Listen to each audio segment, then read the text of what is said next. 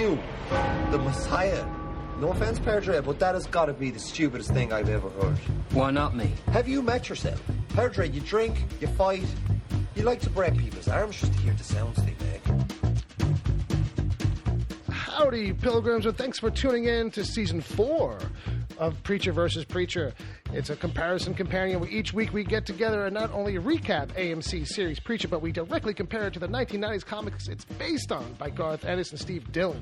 Who are we? Well, I'm Bill Sweeney. You might know me from the Wicked Theory podcast. I'm joined this time around by my buddy Ed O'Hare. You should know him from the DC TV Report. Ed, say hello to the people. Hello to the people. Hello to the people. How you been, buddy? I'm feeling good. Yeah. All right, dial it down. Dial it down.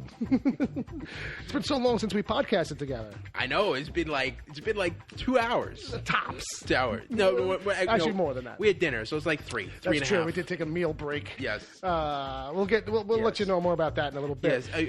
Yes. Let's call out Mandarin House. All right. Yes. You forgot the egg rolls. All right. That's true. They did. Mandarin House is the Chinese restaurant we called up today, and I don't know. Maybe it was because it was a dinner order or something, but I feel like the egg rolls are supposed to come with it. I mean, you ordered the sodas. Did they count the sodas as the egg rolls? They do that with the lunch. With the lunch, it's either or. The lunch, but what about the dinner? I don't know. We'll have to check the menu. Ooh. If me asking for Pepsi cheated me out of egg rolls, I'm gonna be I could have upset. just had water and an egg roll then. The beverage is not that as important as the egg roll.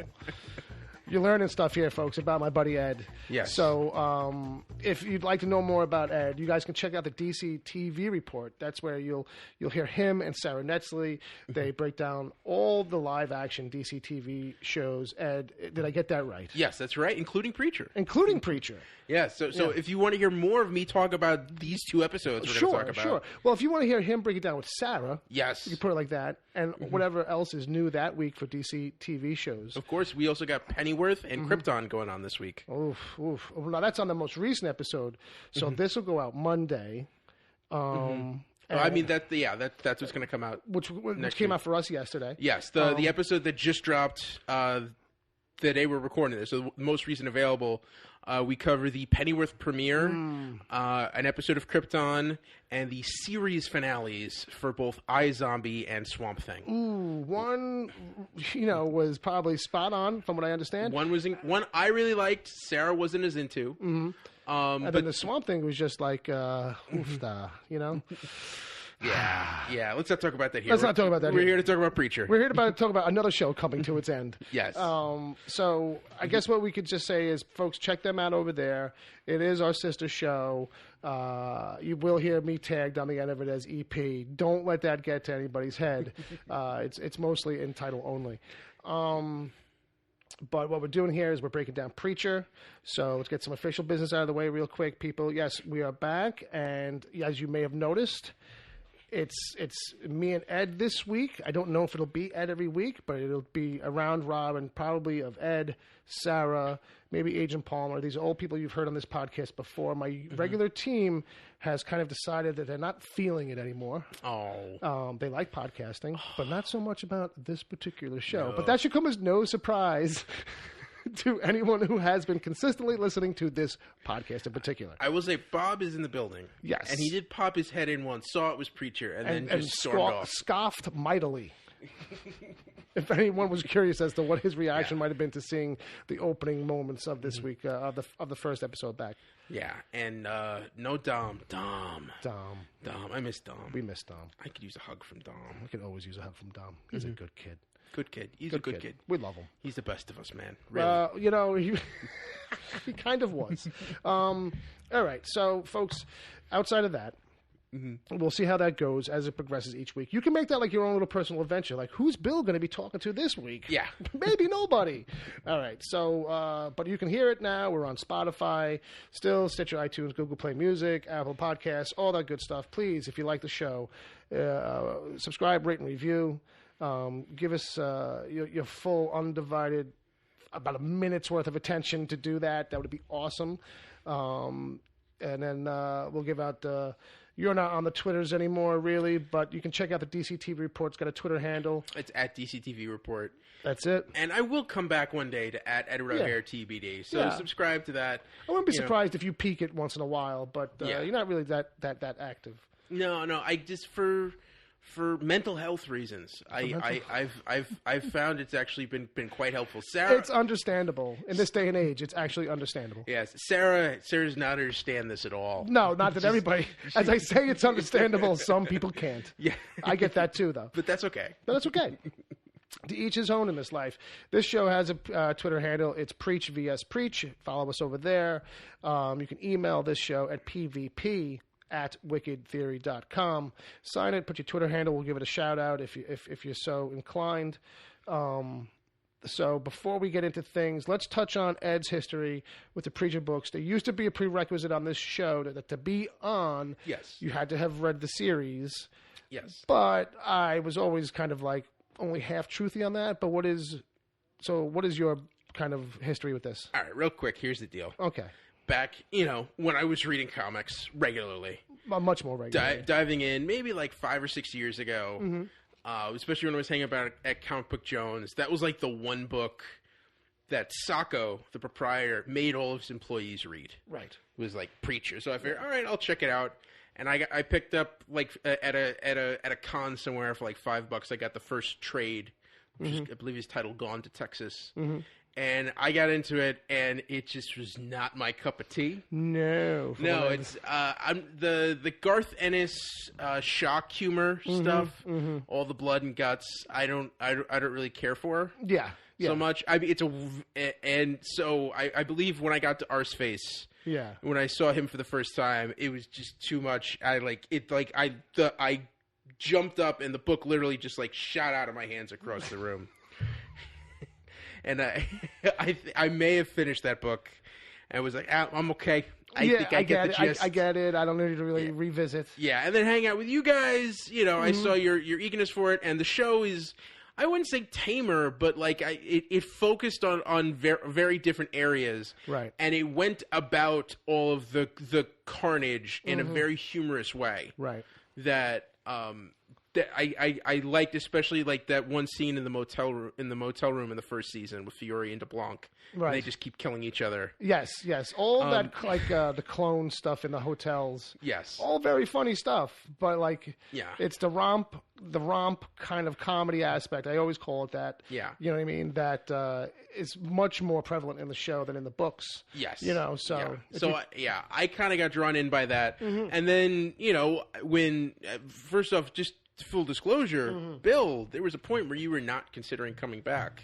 There was a little bit, yeah. And because I think Dom had pretty much said he was done. He was checked out. And then Preacher announced that the 4th season was going to be its final season. Yeah. And I think I was the one who took you aside and was like, come on, it's one more. Come on, one more, you could do it. We could do it. We can bring it back. And what I didn't realize was at that point I was committing myself, because about 2 weeks later you pulled me over and goes, if I'm going to do this, you're in, right? And it was just... I was like, yeah, you're in the rotation, right? Right? Which is like... And I was like, oh crap, I got to read them now. Oh, man, I really got to do this thing. So, like last week, I pinned you down, and went, well, I'm not paying for these things. Yeah, so, right. And you have them, so... Yeah, so I hunted you down for your copies. Which was all but number 3. Yes, and I paid $7 to have that on Amazon. Damn it! You came out of pocket. I'll reimburse you. I should have bought you your Chinese tonight. That's what. Next time. It's fine. It always evens out between us. It always evens out. One way or the other. So I blasted through the first 2 books, and I'm about 100 pages into volume 3, which is titled "Proud Americans." And I've already hit some of the stuff that was covered in tonight's episodes. That's what I found amazing, because I kind of forgot about where it lines up for that particular run of books. And so I was happy to hear that, like, oh, you were like kind of like, oh, no, we did that. That, as we were watching it, you were like, oh, no, I'm up to that. We've gotten some of that. You knew Toscani and all this kinds of stuff. Yes. But real quick, now this puts in perspective kind of like season 1 in a way, where now you can see how much of that is like just whole cloth creation of them. Yes. So you can see why there's some. It might help you to contextualize really why some people had like a kind of like averseness to it. Yeah, I mean, there is some like Fiore and DeBlanc are characters in the books that are very, very different from the way they were in the show. Yeah, and they're not like around during that era. No, no. Yeah. I mean, pretty much all of what the events of season 1 are like the recap in the first issue. Right. Yes. It's all basically issue 1. Yeah. Really stretched out and filled up. All right, well, let's not get I mean, I could talk forever about all this kind of stuff and trying to like, catch you up on the angst that was many episodes of this show. But I've always maintained that, as much as I want to be beholden to the original stuff, they make these changes. And so I had to suck it up a little bit. And I've gotten to, like, really kind of appreciate the show for what it is much more than... I kind of thought I was going to be able to. Like, coming in throughout season 2, I was like, I don't know if I'm going to be able to, like, hang with this either. Yeah. But, it came around. Season 3 helped me out a little bit, and I feel like this season 4 now, we'll get to it, but it feels like, we might be trying to do, like a greatest hits run of the rest of the book series. Yeah, I feel like that might be. The one thing I will say, the difference I see between the series and what I've read of the book so far is that the series, I feel like it's had a chance to flesh out the secondary characters more. Yeah. Like, especially Tulip and Cassidy. I feel like those characters are much richer. Yeah. Like, the books really, really focused on Jessie. Yeah. And everything else was kind of to the side. Yeah, especially, like I was telling you over the phone, was that especially in those early...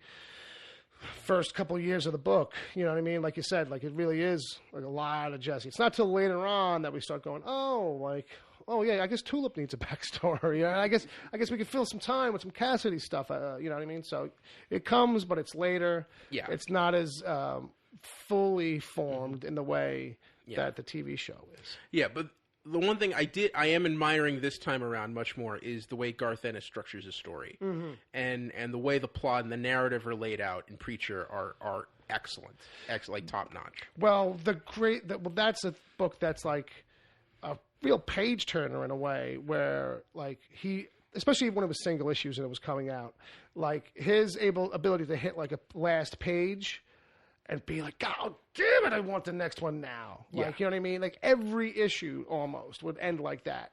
And, it's just, it's he knows the form, he knows the form so well.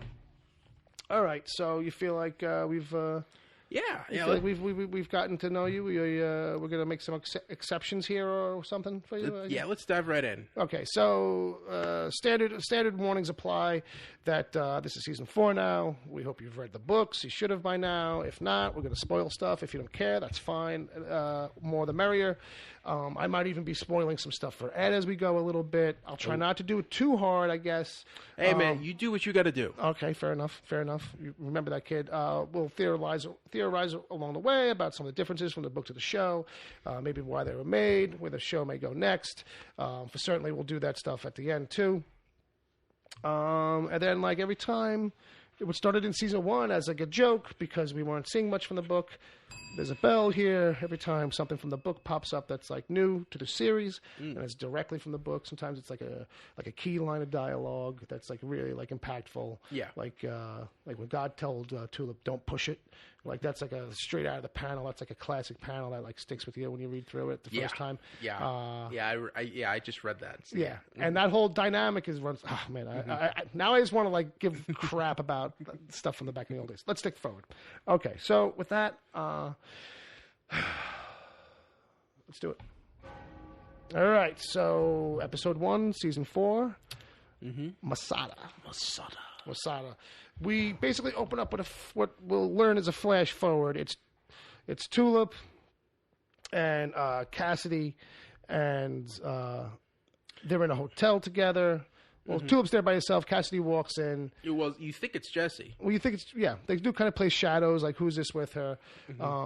But you can kind of tell that it's a little bit of a flash forward or something, because Cassidy's got some highlights in his hair, and Jessie's not around. She's drinking, but basically he tells this joke. Yes, about Patrick and Murphy. Patrick and Murphy, and they get a wish. They wish for the sea to be Guinness. Drink the whole ocean to Guinness. And Murphy looks at, what'd you do that for? Now I get a piss in the boat. There you go. Much more leprechaun. You're much more Lucky Charms in your Irish accent. But yeah, and so Tulip then leans in and kind of like kisses him. Yeah, You know, he's slightly apprehensive, but she is too a little bit. But she does it. You know, she kind of leans in and kisses him anyway. And it's like, oh, is this even a flash forward? Maybe this is a. Where's Jessie? Oh, is he? I said that he was dreaming it at the time. You were like, he's dreaming it. You're like, oh, this is a dream. This is a dream. And in my head, because I had already seen it, I'm like, no, it's not. Oh. So we then jump to Jessie. Australia. Australia title card, right? And Jessie falling out of the sky. Well, you see someone falling out of a plane. It happens pretty quickly. You don't really get a good, clean shot, but book readers, because this comes from the book. Oh, okay. Yeah. Jessie does indeed fall out of a plane. I'll leave it at that for right now. And so I knew it was Jessie right away. Yeah. Camera pulls in. You can see it's him. One side of his face is definitely impacted into the dirt pretty severely. Yeah, and that outback is brutal. Yeah, that's that hard clay kind of surface. surface. Yeah. And let me tell you something. There's no coconut shrimp around there. There's no blooming onions. No, not where they are. No. He's just in the hot, open plains. Yeah, just beating sun and that red dirt.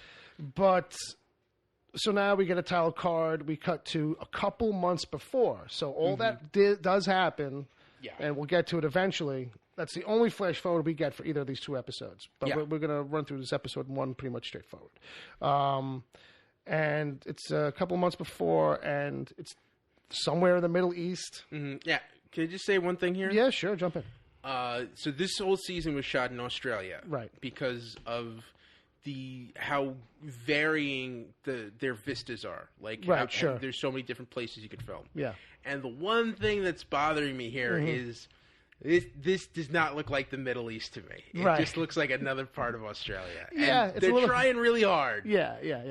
They needed to cover for three different places. You know what I mean? They needed to be Australia, the Middle East, and Masada, which I guess is in the Middle East. Masada is somewhere in the Middle East. Somewhere in the Middle East. And I feel like there was a third location too. But my guess is it's probably somewhere close to Jerusalem. You know, it's around the town. Somewhere in that area. It's a hop, skip, and a jump. Yeah. So Jessie and Tulip are just kind of driving around. They're actually banging, as it turns out.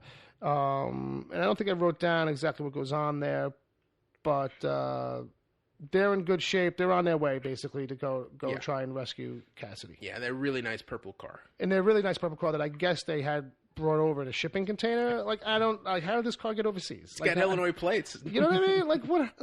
We don't need to explain that. People do that all the time. I mean, come on. And I'm sure it's cheap and easy. So we then jump to where Cassidy's at. He's in Masada. He's down in a cell. Camera comes in through an opening. Just like a, it's like a well almost. As we come down, we pass an angel. Yeah, with wings spread out, screaming, "Hey, what are you doing down there?" Yeah. Probably driving Cassidy crazy. But Cassidy gets brought out of that pit, and then he's brought down the hall by Featherstone. This is the Masada Central, Grail Central, rather.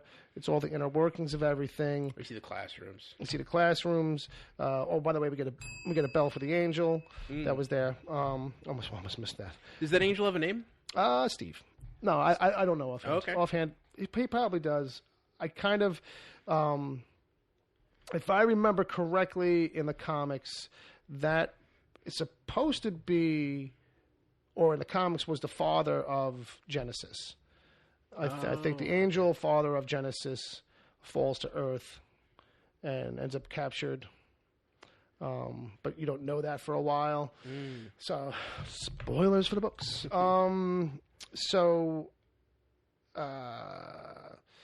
Let's see. So he gets brought out of the pit, and as they're going down the hall, he sees these signs for classrooms. You got beginners, torture, You got intermediate torture. Yeah. And then you got contemplative French literature, which is nice. But some comparative French literature. and they bring him in for that. And you feel, I'm like all set. And I thought that was that's some serious torture right there. That's what I thought. But then they switched the sign, and it's actually advanced torture with Frankie Toscani, who actually looks a lot like the comic book version of him. The Steve Dillon, and probably if you ever meet it on cover, probably follows that too. Well, I mean, because those guys exist in the world. We know a lot of guys who look like that. And I thought after Chris Penn died, they'd never be able to find someone. You want to think that there's no stereotypes in your town. You know what I mean? That your locality doesn't have these things. Wherever you're from, but they're there. We're gonna get into a lot with him. We got to Jessie and Tulip, and they're at a bar, the Holy Grail, the Holy Bar and Grail. Yes, the Holy Bar and Grail. The Holy Bar and Grail. I can barely get it out. And basically what happens here is that Jessie and Tulip are going to have a plan. They're going to try and get into Masada. Mm-hmm. There's a bunch of Masada soldiers, Grail soldiers rather, getting into a bar fight amongst themselves, being... beautiful singing voice. Beautiful singing voice comes through. Gorgeous singing. Oh, my God. As a Catholic, you must have been like, wow, these guys... This kid's got it. Mm-hmm. This kid I want to see on Sunday. Wow. The things Mr. Light could have done with that voice. Jesus Christ. Okay. So it turns out we just find a way to use these guys. Mm-hmm. Jessie says uses the word, puts Tulip in charge of them. Tulip's your boss now. You do what she says. That's pretty much the gist of that. Pretty much. So from there, we kind of jump real quick. We get a little peek of the Sainted Killers and R's face. Yeah, and for the 2 hours that we just watched, the fact that 40 seconds is all that we see of them. It's all that we see of anybody outside of the main four. Yeah. Which is our trio plus Air Star. Yeah. Outside of that, we don't touch any of the other side stuff yet. Yeah. So we get Sata Killers and Arseface, leaving the Angelville massacre. Yeah, just basically popping in and being like, oh, okay. Yeah. And we go 2 full episodes, no Hitler. No Hitler. Mm-hmm. Tiny appearance by Humperdoo. Mm-hmm. But yeah, no, I feel like there was somebody else too. But anyway, so yeah, they're at Jessie's grandma's and they're just like, okay, he's not here and we're going to move it along. So I guess we really don't need to follow them because since they're on foot, and everybody's kind of globe-trotting right now, the chances of them catching up anytime soon, probably a little remote. But, so we go back to Cassidy and Toscani. Mm-hmm. And, he's basically giving torture lessons to the young cadets who, are getting an eyeful. Because this particular class starts with the rifle stuff, He's talking about the rifle mechanics. Starts with the Lee Enfield rifle. Yes, favorite of most presidential assassins, or just Lee Harvey Oswald, maybe. Yeah, but then gets down and dirty with the bladed weapons. Mm-hmm. Well, there's an iconic shot in the books of Cassidy in Masada full of bullet holes. Yes. So would this qualify as that? I think that kind of falls. I'll give you a little bell on that. You're a fresher read, so if it feels like they took a solid image like that for you, maybe, okay, I'll follow that. I'll give you a little bell. Mm-hmm. It's your first bell. Don't get spoiled. Okay? Okay, that's why it's over by me. I get to judge on whether or not you get that bell. All right. Okay. All right. But I don't know if to call it a procedure or technique, but Toscani does the Bensonhurst, I guess is what we're calling it. Yes. Which just means I'm going to torture you by circumcising your penis. And because you're a vampire and it grows back, we're going to do it a lot. Yeah. For those of you who don't know, Bensonhurst has a large Jewish neighborhood in Brooklyn. Oh, for those of you not putting that joke together. Yeah. So that's that. That's a running gag. By the way, I think the meme here is worst bris ever. There you go. Someone get on that. Is it a bris or a brie? It's a bris. It's a bris. Bris. Brie is a cheese. Yes. I'm Yes. just fucking around. Yes. But that... that... Yeah, and did we really need that many shots of the bucket? The bucket of foreskins. The bucket. It sounds like something you order at the bar. It does, doesn't it? I need a bucket of foreskins. Of the fried ones. Give me the fried ones. It sounds like something that's on the secret menu at KFC. Yeah, it's the extra secret menu. Oh, you got to come in the back for that. Like they probably got a bucket of skin. Right. Which is probably delicious. Yes. Yeah. Oh, yes. I mean, it's just the outside. You would never admit that you wanted it, which is why it's on the secret menu. Right. That's why it's a secret. It's a shame. It's the shame menu. So we basically cut away from that just as the fun gets started. We go to Star and Featherstone, and they're watching as Jessie arrives. He has to walk through a metal detector, which is just propped up, kind of like. Granted, it's a giant door, but it kind of throws off any secrecy kind of thing. To me, that feels like an homage to Blazing Saddles. Yeah, just the toll yes. booth in the middle of the desert. Yes, all right, rough back into town. We need a shitload of dimes. Sure. It feels like Spaceballs or something where it's just like totally ridiculous, and it's like, what, we can't go. I gotta go through that thing, and then like Lord Helmet can't get his big head through it. Yes, he keeps getting stuck to tongue. But yeah, so he's basically all he's got on him is his lighter. I kind of would have figured between his belt buckle and the metal on his epaulets or the collar. Yeah, the metal on his collar, the bolo, the belt buckle. Yeah, he's good. He's probably got metal cufflinks too. Yeah, probably got lead in him somewhere from a bullet. But that's all right. He gets inside, and he gets into a big meeting with Airstar, who has got ear protection on, but he's got this all figured out. He's got an old lady who's deaf and dumb who's going to sign language this whole conversation so that this all can go down smoothly, which it does not. No. But it's all set up on Jesse's part. Because when he finally gives the signal, one of those soldiers turns out to be one of the ones that him and Tulip already converted over to their side, basically. Which starts a big gunfight. But that's a cool thing. So that means we have to cut to another scene. There was a firefight. But it was a cool moment. It was like, oh, shit, didn't see that coming. Probably should have, but didn't. Yeah. And then, so they kind of have the shootout. Jessie then goes outside, finds another agent by the door.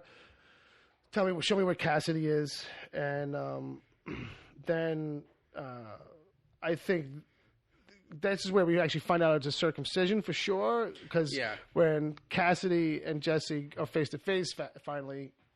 Cassidy says is circumcision, and all I put down is, it's a circumcision callback from all those circumcision jokes in the last couple of seasons.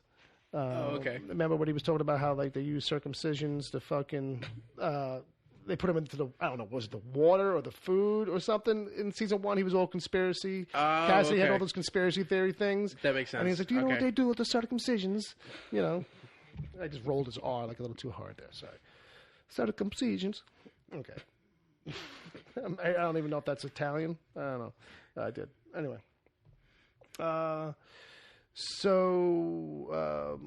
Where was I? Yeah. But Jessie. So Jessie and him. Oh, Jessie kicks the ass of all these guys who rush in. Yes, including Frankie. Including Frankie.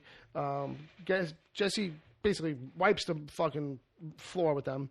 And as they're leaving, him and Cassidy start getting into a little bit of a beef thing. Yes. And it's like Cassidy's almost getting resentful of Jessie saving his ass, often enough. And Cassie's being a little bitch. That's what it comes down to. I think they're both being a little bit of a bitch because Jesse's kind of like a little smug about helping somebody at the same time as he's helping somebody, but then wants to be thanked for helping. And it's like, how much of look, you're already happy with yourself because, like, sometimes when someone's smug that they did a good job, you almost don't want to pat them on the back for doing a good job. I kind of get that a little bit. Yeah. But I think also too, this is also boiling over from like 10 other things between these two. But so the beef is starting to bubble up right there, Okay. And then Tulip is so her plan is to be escorted into Masada. God damn it, Tammy. Oh, Tammy. Oh, the Tammy, just you don't have to file the report. You can just lie. You know what? Yeah. But I think it might have been the programming. Tammy was just a stickler for the rules, and with some people, she was being the stickler for the rule. She would have done the paperwork, but there was a new rule that superseded all other rules. She was standing strong. She was told to stay there. She was told to make sure Tulip gets in. And only answer to Tulip. Tulip's the boss. And then she said, well, I work for her. And then all hell breaks loose. Ah, shit. From fucking Tulip. And then it hits the fucking, it hits the fan again outside. Tulip's in the gunfight. They're having a gunfight. Da. There was a firefight. Another one. And then the doors... Because they close the doors, Tammy gets squished up. Poor Tammy. But we cut away because, as always, when cool stuff happens, we switch scenes. And then we got Jessie and Cassidy. They're moving through the tunnels. And, the bickering is still going on. Yep. Just be happy that I saved you. You can't just admit that you're happy that I saved you, basically. And then all Cassidy wants is like a fucking Percocet. Yeah. You forgot the Percocet. I forgot the Percocet. Didn't think a man who was being tortured wanted painkillers. I mean, come on. It's so obvious. But you can't plan for everything. So we go back, and Tammy, basically, the squished lady in the doors, who's holding on for dear life, because she's a good little soldier, she tells Tulip that there's a switch. And Tulip's like quite pissed off that no one told her there was a switch first. Because that might have saved some time and trouble. They could have gone up and around and just dealt with the switch up there. Yep. But she's like, yeah, there's a switch. It's up there. And it's a climb. But that doesn't stop Tulip. Nope. Neither does the heels, the 3-inch heel boots that she's wearing. She can climb as good as Lara Croft. Yep. Like if they make a video game out of this show, this will be like a whole level. At least he's spending like an hour doing climbing stuff with Tulip. He's climbing that mountain. It's a big mountain. It was a big mountain. It was kind of up there. But she does good. She gets up there.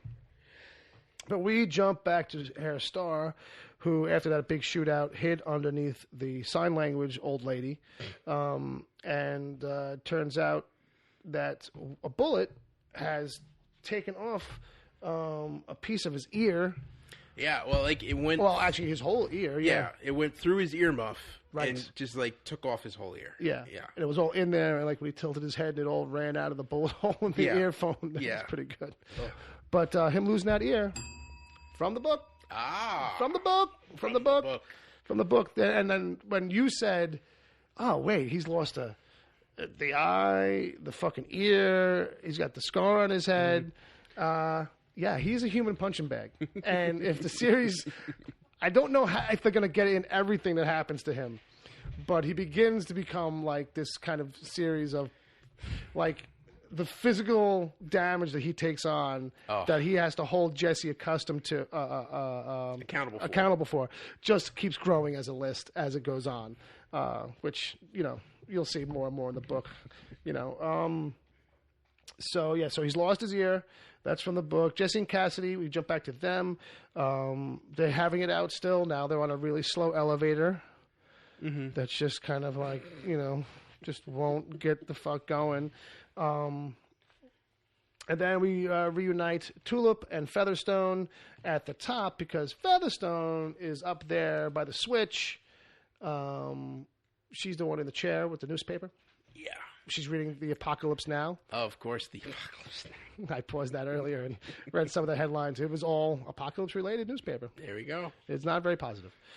So they have the big, showdown. Kind of, it starts there, and because they're so evenly matched as fighters, which is something I was thinking right before it happened. Yeah. But they shoot guns at the same time, and their bullets collide. Wow. And they both go cool. And it was kind of, in a way, a little on the nose, but I think this is even cooler than Wanted, because that movie was bullshit. Yeah, it did make me think of Wanted. Yes. But it's one of these things that it only works on this show. Like the fact that you could do something kind of over the top like that, as broad as that, and then just throw it away. Call attention to it. Yeah. By stopping the scene and going, oh, pretty cool. Yeah, and we're moving on. Aren't we cool that we did that? And like almost winking at the camera. Yeah. And then just throw it away and go back to the fight. So I thought that was kind of funny. Then we go back to Jessie and Cassidy trying to get the door open. And, Cassidy is basically lamenting the situation overall and how it's all kind of gone to shit. This is kind of the theme that's been going on between this conversation that, helping Jessie's really kind of gone the wrong way. And he's like, oh, how do you think Tulip, somehow Tulip comes up out of Cassidy's mouth. Yeah. And Jessie's like, don't bring up Tulip. No, let's not go there. You know what I mean? And he's like, you mean Tulip? And he says, like, say it again. And we got a problem. Well, I think the real thing that's the kicker is Cass basically admits I'm in love with her. Yeah. Well, that's exactly how he brings it up. He's like, I got these feelings for her and shit. And he's like, let's not go there. Let's not bring it up. And don't bring it up again. And he's like, oh, really? He's like, yeah, don't say her name. And he goes, oh, yeah.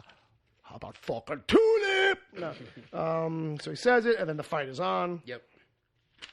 And then it's back to Tulip and Featherstone. Tulip and Featherstone and having their fight, evenly matched. It's a lot of, who's going to go off the ledge. Who's going to go off the ledge. Yeah. And Tulip goes. Yeah. But catches herself, climbs back up, and then holds Featherstone over the edge. Don't think I won't do it. And she's like, I don't care. I'll be a martyr. You know what I mean? They'll a martyr killed by a half-wit like you or some kind of dig. Yeah. And she's like, okay, fine. Yeah. Fuck it. And then Featherstone pulls a Lara Croft too, and her suit turns into a parachute. It's a flying air suit. Yes. Like, it's a paraglider kind of thing. And it's like, no, that's not what you were wearing.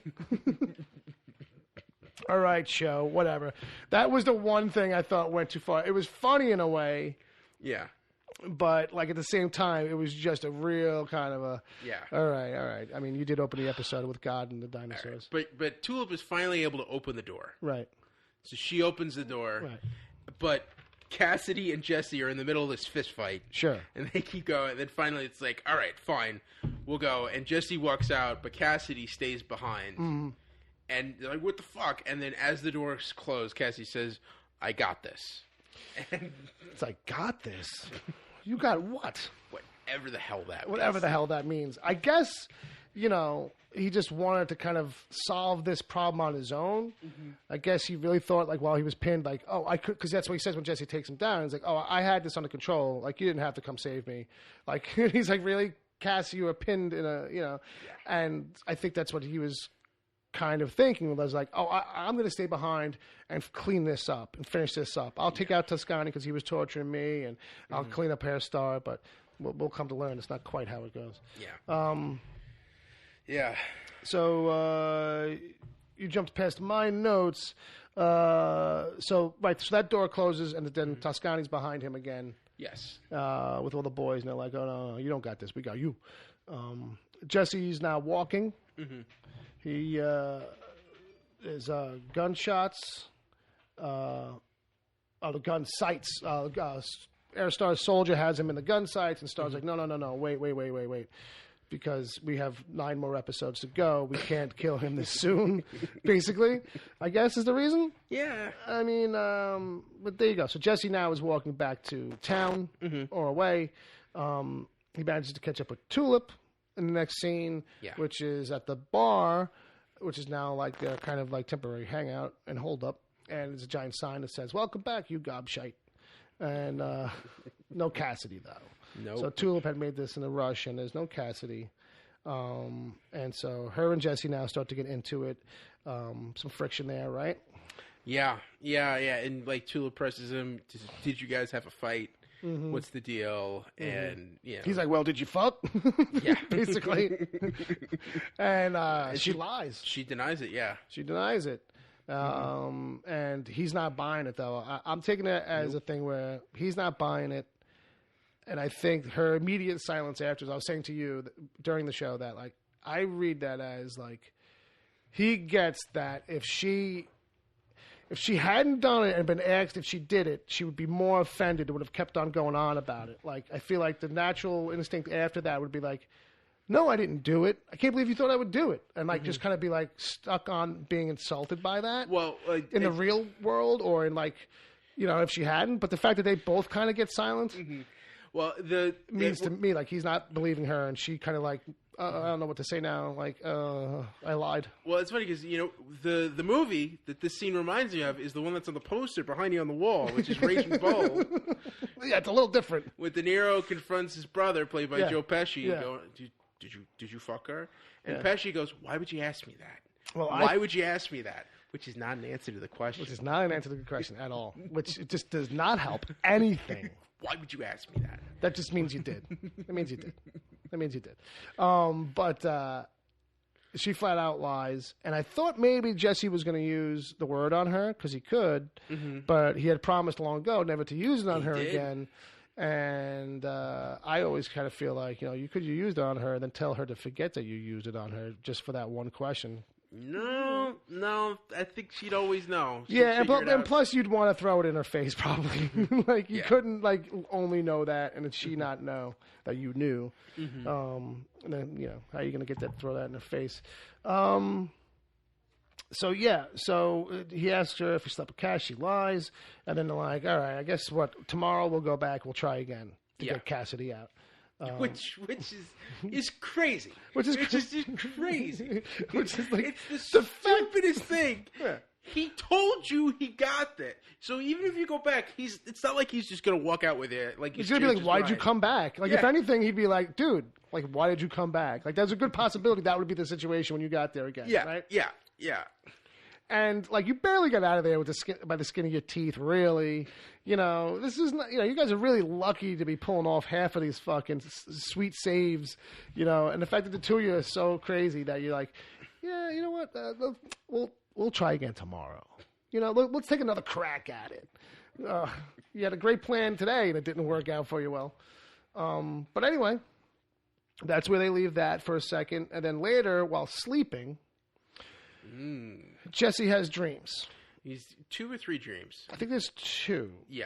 The dream within a dream thing. It's a dream that he wakes up from a nuke going off way in the distance. Yes. Answers the phone. It's his dad. And his dad is like, son, now's the time. Get back on your path of trying to find God. Yeah. You know, and then like basically wakes up from that dream. And well, don't forget the mushroom cloud. Well, the mushroom cloud is that, right? So because the nuke went off, so he looks out and sees the mushroom cloud. Fair enough. Which eagle-eyed viewers, if you remember from the opening scene, which is a flash forward, that when Jessie lands, there's a dissipating mushroom cloud. Yeah. In the distance. It just kind of looks like clouds work. It's meant for you to kind of like dismiss right away. But if you go back and look at it, you can see it's like a nuke went off like hours ago or something. Yeah. It's Bob Ross creating the illusion of mist. You know, creating the illusion of fucking nuclear Armageddon. Yes. Same thing. Depending on where you live. So with that, he kind of has now the dream shifts into this thing where he's choking Tulip. Yes. Well, first, Hair Star. He wakes up. Right. He looks outside. He sees something in the window, and then Hair Star attacks him. And he thinks he's fighting Hair Star, and he's choking him. And then it turns out he's really choking Tulip. Right. Which that too turns out to be a dream. Yes. So yeah, you're right. Maybe it is 3-layered. Yeah. Or it just turns in the middle of the second one. From Star to her, but it's not like he wakes up. Well, then he wakes up, because I don't think he's really choking Tulip. I think he... No. Yeah. So maybe it is 3 then. Okay. Yeah, he wakes up, and then he looks out, and all is calm, and he sees something out the window. Right. He sees that same thing out the window. Yeah. And then the next scene, you see him writing, and he's drawing something. Well, he's drawing, but he's also leaving her a letter. Yes. He's writing a letter because that's what you do. Yeah.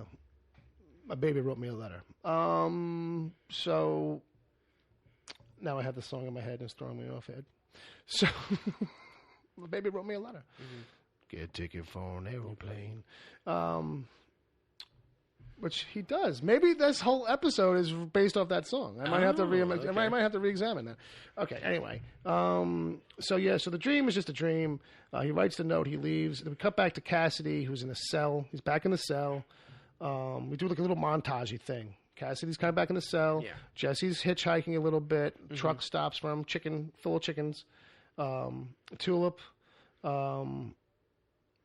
basically reveals that she has the Grail costume that she mentioned earlier in the closet with the wig and the blonde wig and the red and white suit, basically. Yes. And then we cut to our last minute reveal, kind of, that Diet Dr. Pepper is owned by the Grail, which makes sense to me because it's the same colors.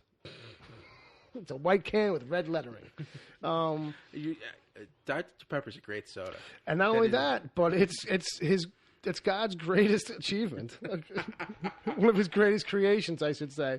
Yes, Airstar hands God himself some Diet Dr. Pepper, and they share a moment where God and Star basically, God says it, but it's let's make Jessie Custer suffer. Yeah. Like a lot. Yeah, I promise you. I promise. I promise. We're going to do that. We're going to do that because we're good people like that.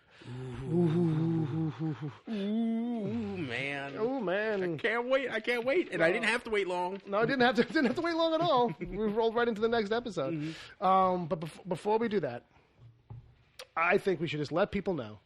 This is not necessarily an ad break per se, but just as a little breather here for a second, me and Ed want to let people know that you can support this podcast, the DC TV Report, and the Wicked Theory podcast over on Patreon, patreon.com/Wicked Theory. And look, at the $1 a month level right now, me and Ed have started a new thing over there. Yeah. It's called Ed Bonds with Bill. Aw. Folks, I don't know what the hell's going on with this thing, but Ed is trying to get me to love James Bond. I am kind of trying. Yeah. I think I'm having an easier time with the movies than with Ed's system of picking which movies. So come over there, give us $1, come listen to an episode or two. If you're into James Bond, it'll be a blast. If you're not, go check out the movies, then come listen. Or don't check out the movies, but listen anyway. I guarantee you can still have some fun with it. Oh, yeah. And it's worth your time. And it's worth $1. And we're going to be doing it like every other week until we run out of James Bond movies. So, and I'm hoping this can culminate when Bond 25 premieres, when it says it's going to premiere in April of 2020. So we'll finish up and then be able to go see the next one. Yeah, I think it's possible. But you won't have seen it. Will it be okay for me to see it at that point in the run, in my exposure? Well, that'll be the whole thing. We've been through this whole process, and now we can experience it together. Folks, you have no idea the context of this conversation we're having right now. Before you seriously, listen to me lose my mind every week. Yeah, so we 3 episodes. For reference, we just today, we just recorded our From Russia with Love episode. From Russia with Love. We did GoldenEye. Yes. And Casino Royale. Those are the ones you can listen to. We also did Live and Let Die and Dr. No, but we didn't record those. We weren't recording at that time. But I had the brilliant realization that we are wasting it by these sessions by not recording them. So go check us out over there if you wouldn't mind. Patreon.com/Wicked Theory. There are other things there to listen to, older episodes, that after shows from Wicked Theory, and some specialty stuff that we're kind of done over there. I don't know, peruse it. So now, I think the one thing we forgot to talk about. Okay.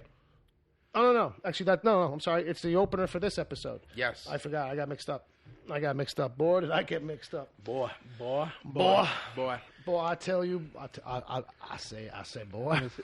Now, I will just say. Yeah, what are you thinking? Because when I do these notes for DCTV Report, I like to color code the storylines. And it also gives me a sense of, for example, on this first episode, you see there's a lot of orange and pink, and then there's one line of yellow for when Santa Killers and Arseface are right there. Sure. But the thing, every Preacher episode begins with either a flash forward or a flash back, and it's not really referenced at all. So you see this one big giant spot of purple here. Right, and you're going to go 8 episodes before the show catches up to whatever that moment was. However, we do sort of reference the cold open in the beginning at the very end.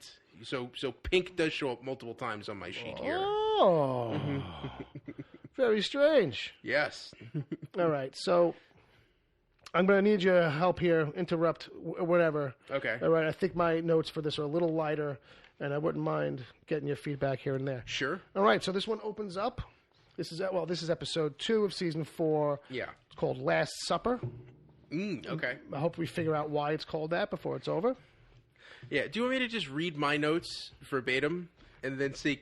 Well, let's see what that's like. Yeah, because you Yeah. know what? Because you have your own, and I did mine for the first one. Yeah. So I wrote this down for nothing now, but whatever. All right. Well, no. I'm kidding. Because I'm in kidding. case you get something I miss, Fair enough, because fair it happens.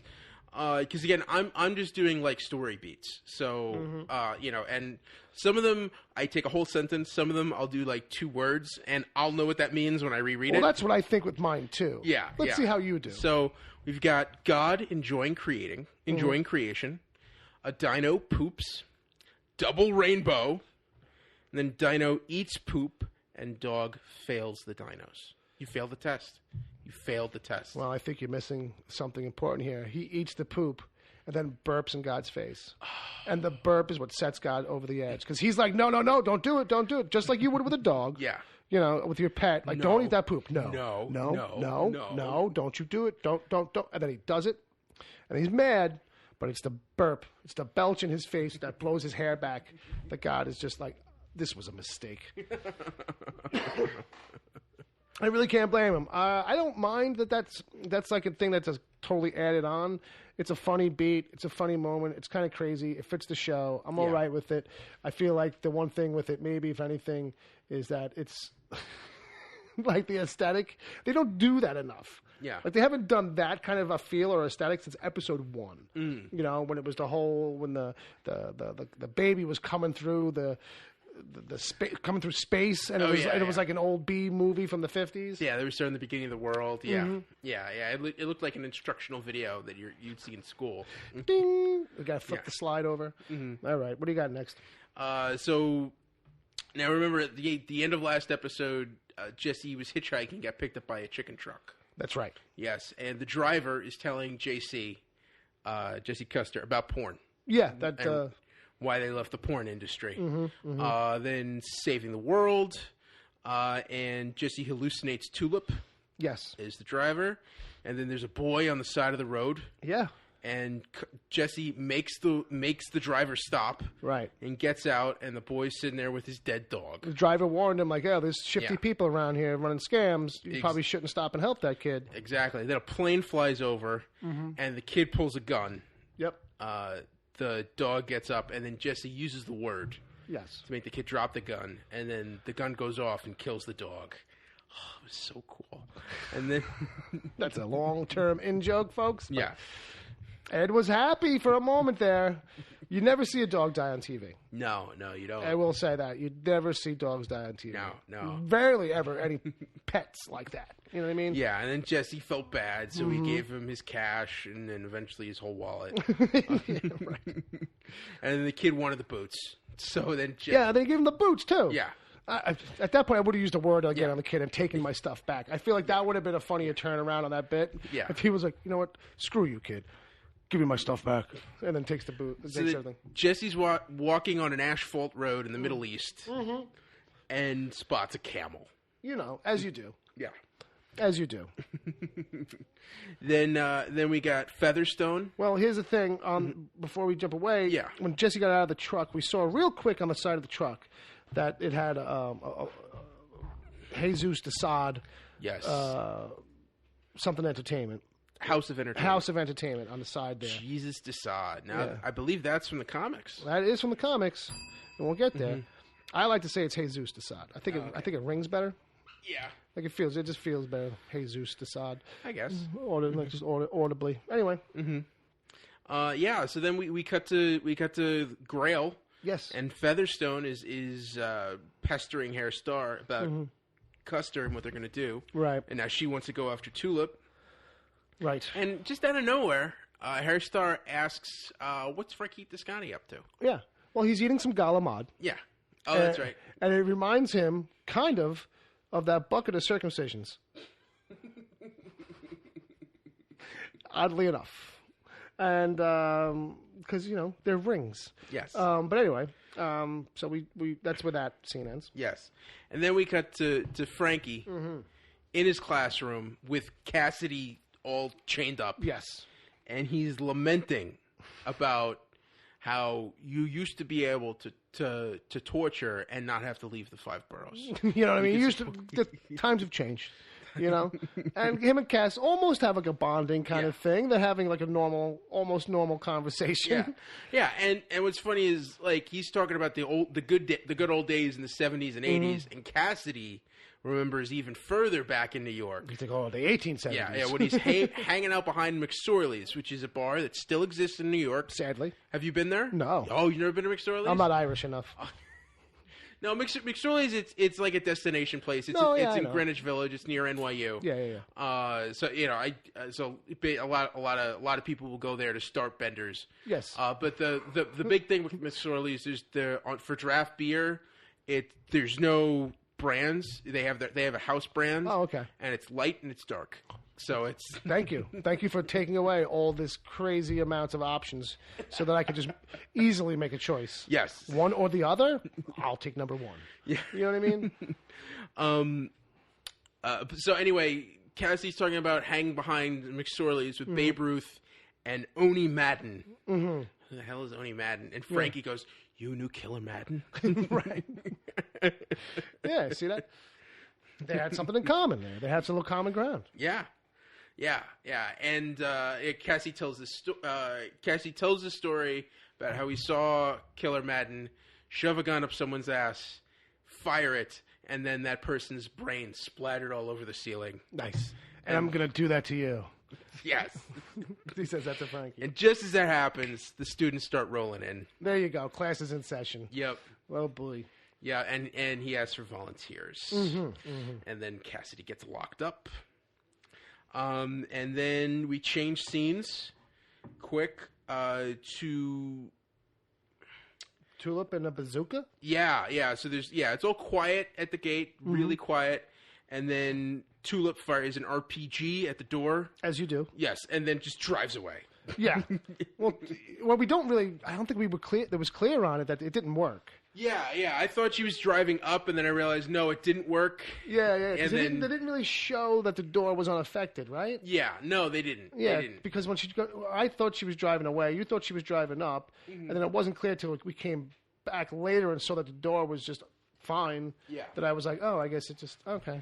Yeah. Weird choice of shots. But Featherstone was watching her. Sure. So that's the main like, thing. Okay, so she's probably gonna follow too. Shit. And then we get an interesting snack scene with Cassidy up next, where for a moment you're like, oh, I guess he's just hasn't eaten anything in a while, and he's just kind of losing his mind. Yeah, and then you realize, no, he ate through his ankle. He pulled a saw. Yeah, He pulled a saw one. Yes. He's seen some horror movies. Yeah. And he knows how to get out of a leg shackle that's chained to the floor. You know what I mean? Yeah. You got to chop the leg off. Yeah, and he's a vampire, so the foot's going to grow back. The foot's going to grow back. And he's already been in a lot of pain. Hopping around on a stump ain't going to stop him. Mm-hmm. Yeah, so he fights his jailers and is able to escape. Yeah. And basically Frankie is he's warning everybody, warning someone about something over radio. Right. And then Cass sneaks into the Urban Blight classroom. Yes. Which seemed more like a storage room. Yeah. Really. Well, it was just marked Urban Blight. Urban Blight. And I think that's just where they keep things, but we didn't realize what we it was. found out we keep the things that you cause urban blight with, which is Right. massive amounts of drugs. Yes. It's mostly drugs. Yeah. But first, we go back to the Grail bar. Yes. And then where Featherstone now is looking for Tulip. Yes, yeah. So you see the Grail guards are toasting to their fallen. And Featherstone just barges in, asks Kamal, the innkeeper, about Tulip, and he swears he doesn't know where she is. Right. And then, of course, he carries a pot of tea back to his garage where Tulip is fixing up her car. Sure. And basically warns her that they're looking for you. Right. And she's lamenting the fact that, it's hard to get parts out there. Yeah. for a car that you brought in over on a boat, probably. Yeah. Yeah, I would think so. I think it's a little hard to get, like, a wheel hub. Yeah, yeah. And we see... for, like, a 68 freaking Chevelle or whatever the fuck that is. Of all the cars that need parts for. Yeah, yeah. Then we see Jessie. Mm-hmm. He's on a camel. Yes. With a guy, and who comes across another guy on a camel. Yes. And they start yelling at each other, and you find out one of them's a Muslim and one of them's a Coptic Christian. Yes. And they're arguing, and then Jessie uses the word to stop them. But the other guy, the Muslim, because he doesn't know English, doesn't respond to the word, fires off his gun, and the ricochet kills... Well, it's not even a ricochet, but it's like a Rube Goldberg machine of this one shoots that one, and so he goes, and like accidentally shoots the camel, and then the other guy gets hit, and he accidentally stabs his camel. So both men are dead. And Jesse's like, what the fuck am I stuck in what is this? And then another jet flies over. Yeah. Which is like this subtle hint of like, there's an airport nearby. Yeah. People. Just letting you know. Yeah. So with that, then we get a toast to the Allfather. Yes, and who we find out is now Hair Star. Hair Star is now the Allfather. He got his promotion. Yes, and I guess it's like the board of directors of Grail. Yeah, and he's trying to ease their mind. Mm-hmm. They've got questions. He's got no answers. Yeah, they want to know when is the Christ child going to be revealed to the world. Sure. And then we see a shot of Humperdew, or one of the Humperdews, yes, who are running, and he gets cornered by a fence, and they ask him to dance, and he dances correctly, and they're like, it's not him, so they shoot him in the head. Right, he does it too easily, or whatever. So yeah, so then we cut right back. It's this quick cutaway joke thing, yeah, but it's a good moment. So like, and the guy from New Zealand. Right. A very doubtful Thomas, let me tell you. He wants a date. He wants like a hard date. Like, when is this going to happen? He's like, I just want to know. He's newly elected. Yeah. He even said, he goes, I'm a little new around here, but do we have a date? And then Featherstone rolls in a box. She doesn't even wait for the signal. She just goes and gets it. Yeah, rolls in a giant wooden box. Yes. And has New Zealand climb into it. Yeah. And New Zealand's trying to just in my defense, I drank a lot. Right. And meanwhile, Star's like, yeah. Sure. Just get inside. Yeah. Get inside. Here's a grenade. Yeah, she hands him the grenade. He seals him inside the box. Mm-hmm. And, please erase my search history. And then boom. He blows himself up. Because that's what you do when he put you in the box, I guess. No more questions, and then there's no more questions for the peanut gallery. They stick a label on the box and roll it out. Yeah, and Hair Star tells Featherstone, blame it on Australia. And then we jump back over to Tulip, I believe, yes. Who is... Yeah, Kamal is helping her do some reconnaissance. Yeah, they're working on, like, trying to figure out something to do with a rocket, Well, I think. they're just trying to, like... They're just scouting out Masada, trying to figure out a way in. Mm-hmm. He's like, "This is a bad job. Don't do this." Yeah. Basically, the scene. The point of the scene is for him to try and talk her out of the whole damn thing. Yeah. You don't want to do this. This is no good. This is not a good idea. Yeah, but this is kind of stupid. Yeah. And then we got Jessie at the airport. Yes. Yeah. So he's walking up to it anyway. Yeah. Mm-hmm.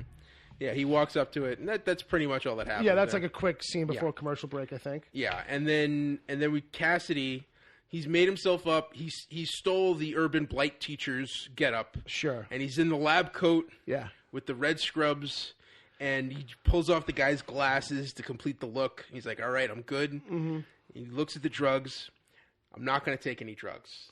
No, that's a bad decision. You were very proud of him in that moment. Yes, I was good cast. Good boy. Just say no. All that Nancy Reagan stuff finally worked out for you. Glad to see your Republicanness is coming through. Hey, he's a big Nixon fan, as we know. That's right. You know? Now more than ever. That's what his T-shirt says. Yeah, it was a Nixon election shirt, which I think was authentic to a certain degree. Yeah, and then I write down buds. Does that mean anything? Buds. Drugs and then buds. I'm not sure. Yeah, he says no to drugs. He leaves. Yeah. And then he plays it cool in the elevator, and no one says shit. Yeah, right. Yeah. He's Right. all fine.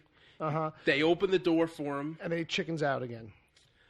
He just can't do it. He Son just of a can't bitch. leave. And I'm wondering, like, is it the sun? That's Is what that I was what's- thinking too. I was like, oh, is it like, is he starting to realize like, oh, there's no sun down here? Yeah. Like, you know what I mean? Kind of thing. Oh, like I haven't seen the sun in a while, and that was good. Like, you know. Well, also the sun's going to kill him. It's Well, going that's to what I cause him to mean. burst in Like, he flames. hadn't had to worry about the sun in several days. Yeah. Like, imagine, like, you spend most of your time during your life thinking about the fucking sun and how to avoid it and, you know, all this. And then to finally have it in your face again, like, oh, I haven't even thought about it in a while. Yeah, But and that's not what the situation is. and that white lab coat's not going to help much.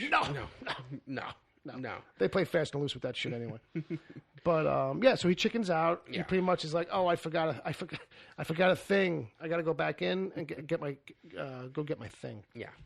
And then we cut to Tulip. She's drinking. Kamal's like, this is a bad job. Don't do this. Come on, please. You know? Tulip puts her foot down and insists, no, we're doing this. Yeah, everybody else is telling me wait and see because that's what he says. Yeah. And she's like, I don't wait and see shit. Yes. You know what I mean? I get shit done. And then comedic timing, we cut right back to Cassidy, covered in coke. Yeah, and he's all padded up. You can see he looks like he's gained like 40 pounds. Yeah, he's hiding it all over his body. He's stashing that shit, trying to sneak it out now. Yeah, but it's all over his nose and his face. His nose. And then there's a point where he like reaches for something, and just a pocket of white dust. It's a puff. It's like puffs up all over everything. Yep. And then it turns around and realize, and like everyone's giving him dirty looks, and no one's buying it. And then you realize Frankie Toscani's in the elevator. Yeah, which he must have been really coked up because he was at the back of the elevator, and those guys got on after he was already on, most likely. Like, you know what I mean? Yeah. And so he walks out of the elevator and then immediately collapses. Yes, right. There's a big dust up. There's a big fight, and then it seems like he survives it for the most part. But when he gets out in the lobby, he just drops dead. And then we jump to Jesse's in the airport. And to be honest, there's a scene from the books that I know we didn't have enough time in this episode. I thought we were going to get it for a second. I thought for a second, because there's a scene in the books where he's waiting on a layover somewhere and runs into someone who was in Vietnam with his dad, who tells him the story about when they were in Vietnam together. Right. And that does not happen here. No. But there is a pilot, and there's a really, really cool American pilot. There's a really cool pilot who steals a good portion of the episode in a way. But basically, you know, Jesse's in there. He's smoking, and the pilot's like, you can't smoke in here. And he's like, no, I think we can smoke in here. And he uses the word, so the pilot's like, yeah, I think we can smoke in here. And so they both start smoking, even though it's not allowed. And he shows him the picture, and like, there's a motif of the course of the episode. He keeps showing people the drawing he made, and everyone thinks it's a penis. Yes. And then when we finally see it, it's like, it kind of does look like a penis. Except that guy. Except the pilot knows it's a rock formation that's in Australia. Yep. That guy's actually been around. He's actually, he's figured some things out. Yeah. So back to the cigarette lighting, and that's when Jesse realizes that he doesn't have his lighter. Yes, he left it behind. It flew out of his pocket or his hand in the truck. Yes. That he had hitchhiked in that said, Jesus or Jesus, however you say it at home, Desad.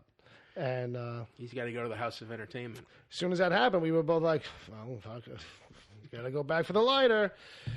We've done it once. We got to do it every time. Yeah. And I'm thinking, we're going to see the inside of that house. Ooh. Yeah. Okay, so then we come back to Tulip, I think. Yeah, and Kamal's like, he actually calls up Featherstone, is like pleading with her, like, please don't hurt her. They paint the scene like he's snitching her out. He's like, look, just she's here, but be gentle. She's a good person or some shit like that. And it's all part of the setup. Yeah. So Featherstone brings a boatload of cars. It's a raid, man. Yeah, it's a raid. Brings up everybody. Descends on the Holy Barn Grail. There is an extended chase scene. Yes. That turns into this crazy kind of because Tulip is in this one area. They're all in there. It's kind of like mountains or hills on all sides. Yeah. And she's doing these donuts and spinning around, kicking up all this dust, creating this big cloud of dust. And it's basically like in Batman Begins, when Batman like is at the docks and he's Batman now, and he's taking out guys, and he's like a force of nature, like a living shadow. Like you don't know where he's coming from. It's like a nightmare thing. Like that's what they're doing with her. But with the car. Yeah.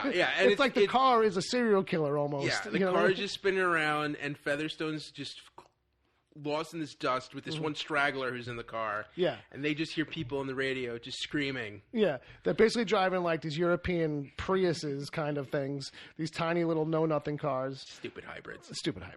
And they're just kind of like all, like one by one, they're dropping. Like, you know what I mean? And then eventually at one point, a burning tire just comes rolling out of the smoke and dust.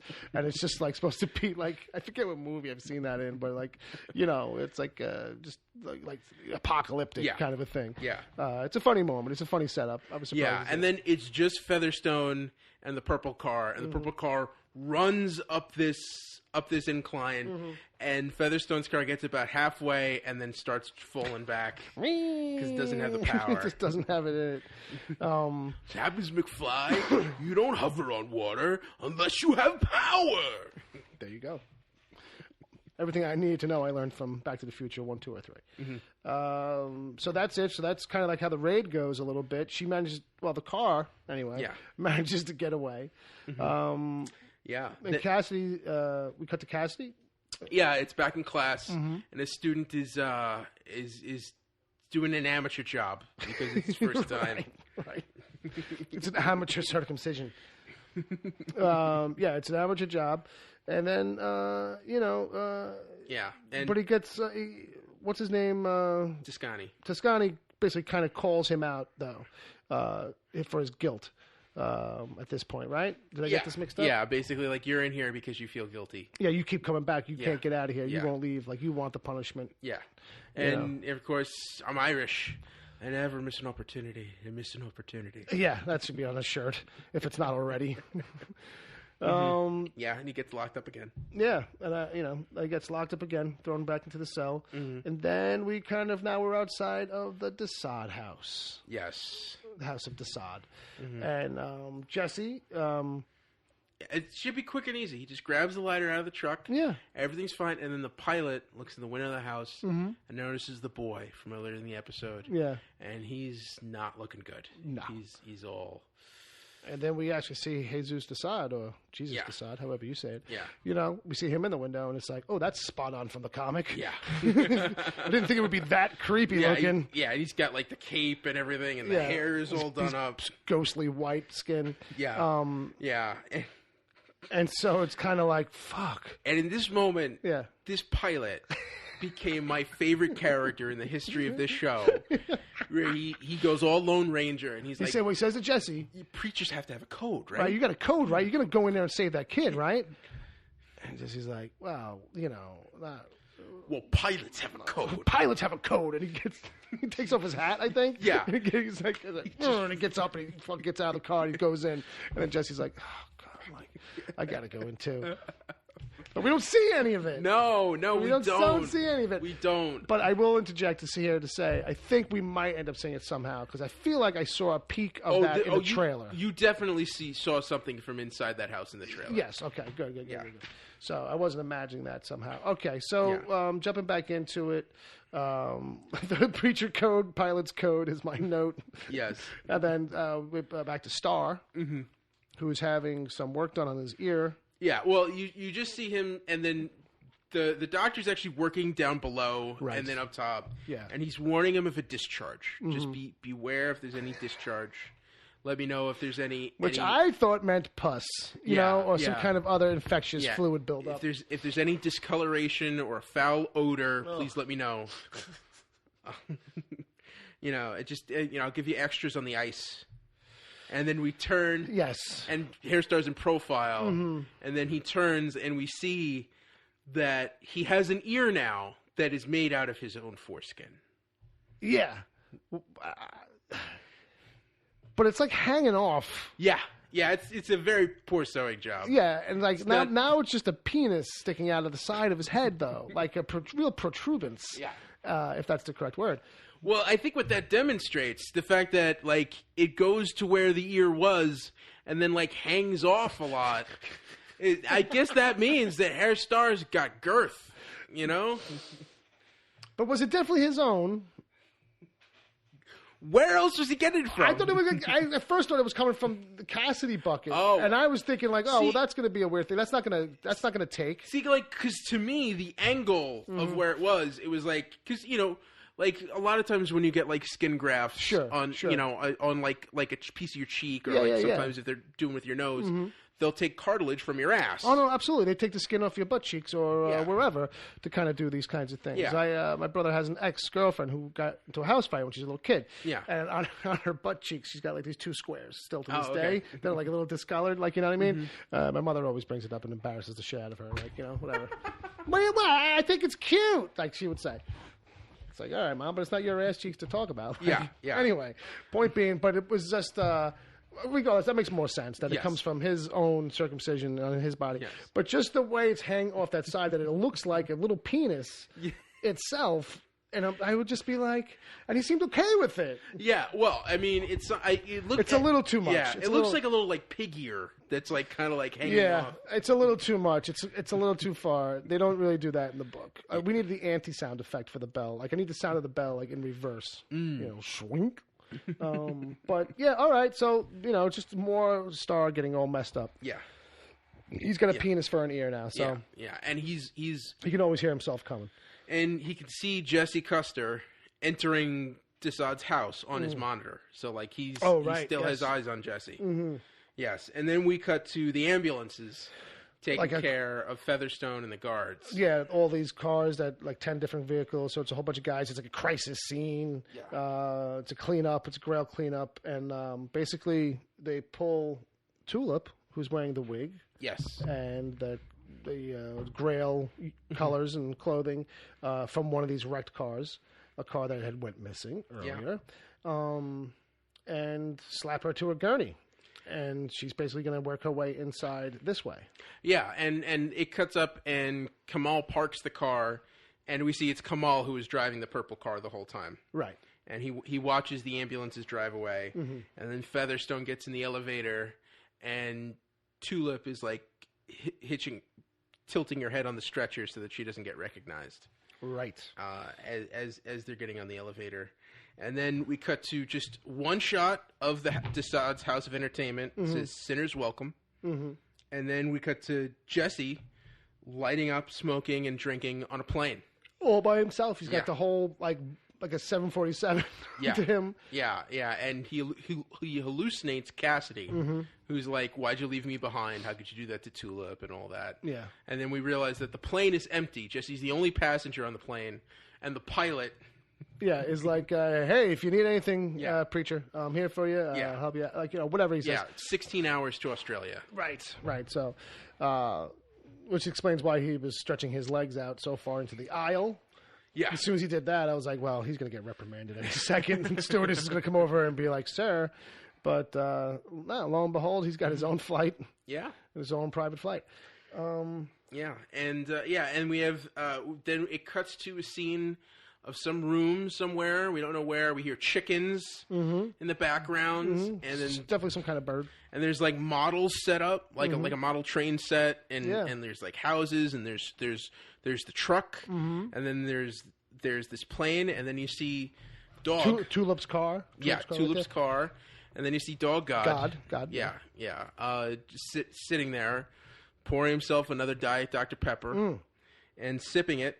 And he's eyeing that model of the plane that Jesse's on right now. And then he looks at the camera. Yeah. And does a little eyebrow raise, like, and that's a plane. Like, basically, like, guess what I'm going to do next? And that's it. And that's the end for the episode. All right. Yeah. So how do you feel about this return for the series, man? I think this was a really strong premiere. Yeah. I'm excited. I'm back in preacher mode. Okay. I'm all jazzed up. Got your highlighter markers out already? Yep. Can't believe this is going to be the final season. Sure. I realize that they have a lot to cover, which means that this should be jam-packed full of action. I tell you. Yeah. You know? So many questions. So many questions of how they're going to pull it off, what they're actually going to jam in here. Yeah.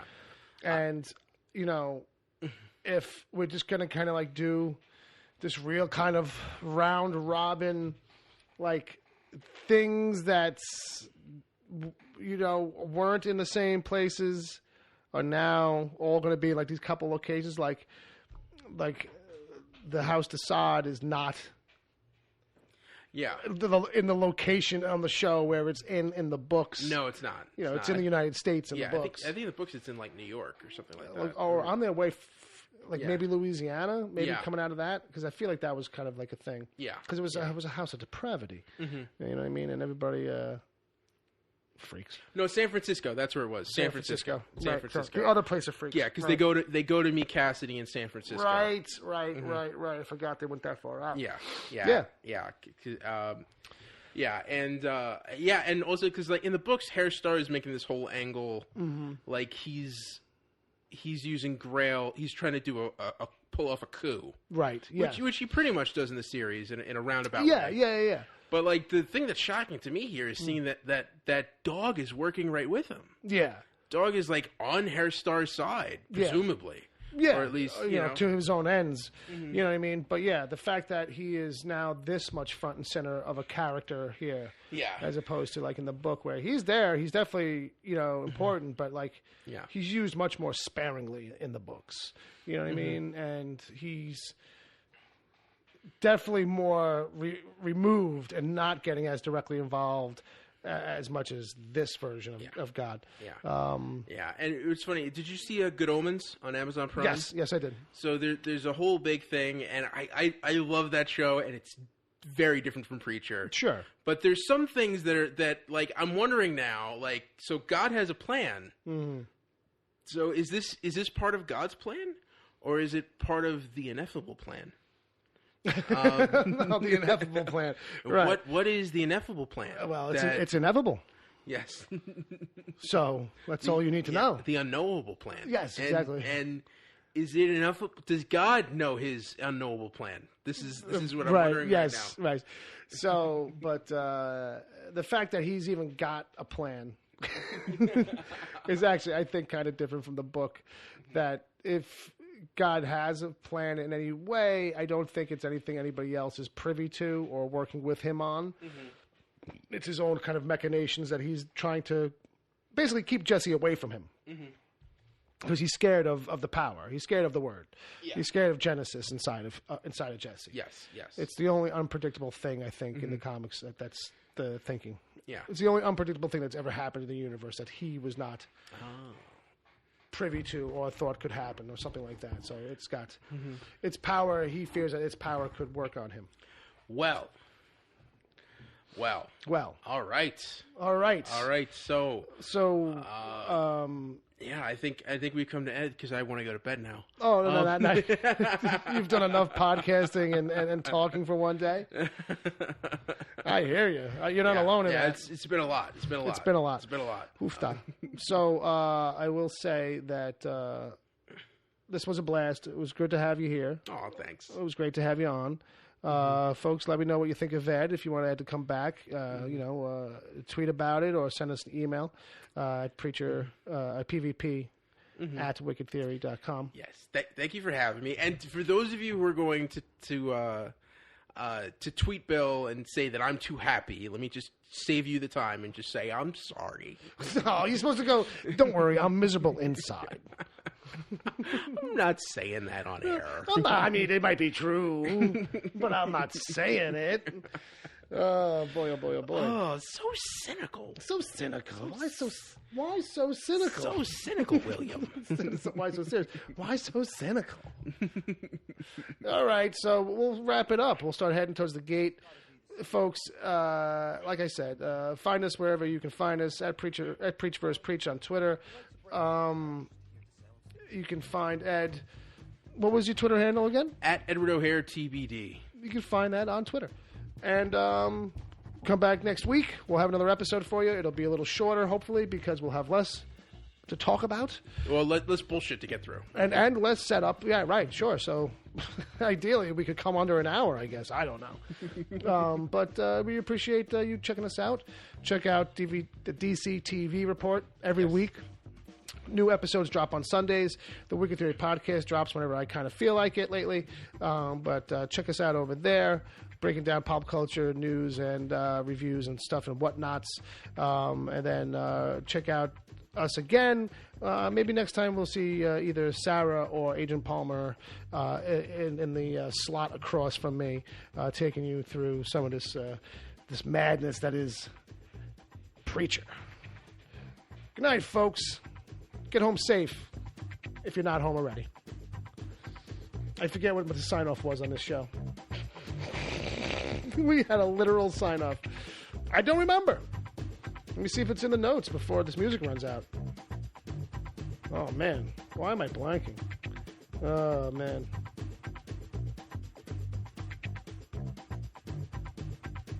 Nope, can't find it. Not in the document. Somebody help me out. Send it in an email. If you know, if you remember, send it in an email. Sorry. Good night, kids.